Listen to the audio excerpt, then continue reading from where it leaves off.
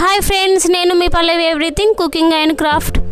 ఈరోజు క్యాటరింగ్ వాళ్ళు భోజనాలలో చేసే గోబీ 65 ఇంట్లోనే ఎలా తయారు చేసుకోవాలో చూద్దాం.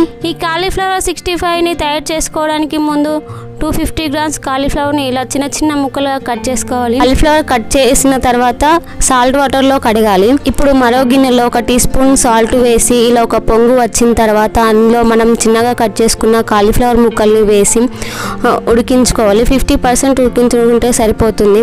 ఉడికిందో లేదో తెలియాలంటే కాలీఫ్లవర్ అనేది ఉడికిన తర్వాత ఇలా కలర్ చేంజ్ అవుతుంది. ఈ కలర్ చేంజ్ అయిన తర్వాత 50% ఉడికిందని అర్థం.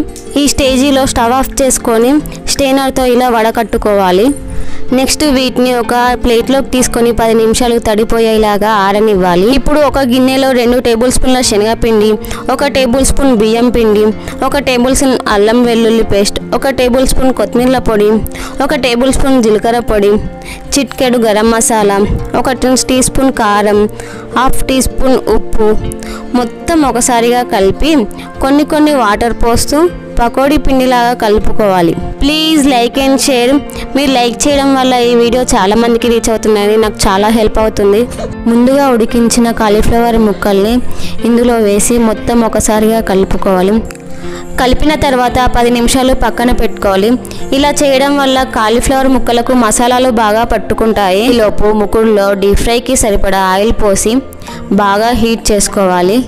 ఆయిల్ బాగా హీట్ అయిన తర్వాత స్టవ్ లో టు హై ఫ్లేమ్లో పెట్టి కాలీఫ్లవర్ ముక్కల్ని కొద్దిగా ఆయిల్లో వేసుకోవాలి. డీప్ ఫ్రై ఐటమ్ చేసేటప్పుడు ఆయిల్ కొంచెం ఎక్కువ పడుతుంది. డీప్ ఫ్రై ఐటమ్ చేసేటప్పుడు ముక్కలు మునిగేలాగా ఆయిల్ పోసుకోవాలి. ఇలా ఎర్రగా అయ్యాక ఒక ప్లేట్లోకి తీసుకోవాలి. ఇదే విధంగా అన్ని ముక్కలు వేసి వేపుకోవాలి. ఇలా క్రిస్పీగా వచ్చే వరకు వేపుకోవాలి. పకోడా వేసిన తర్వాత మిగిలిన పిండిలో కొన్ని మిర్చి, కొన్ని కాజు వేసి మొత్తం మిక్స్ చేసి వీటిని కూడా చివరి వాయిలో మీడియం టు హై ఫ్లేమ్లో క్రిస్పీగా అయ్యే వరకు వేపుకోవాలి. వీటిని కూడా గోబీ 65 కాలీఫ్లవర్ పకోడాలో వేసి సర్వ్ చేసుకోవచ్చు.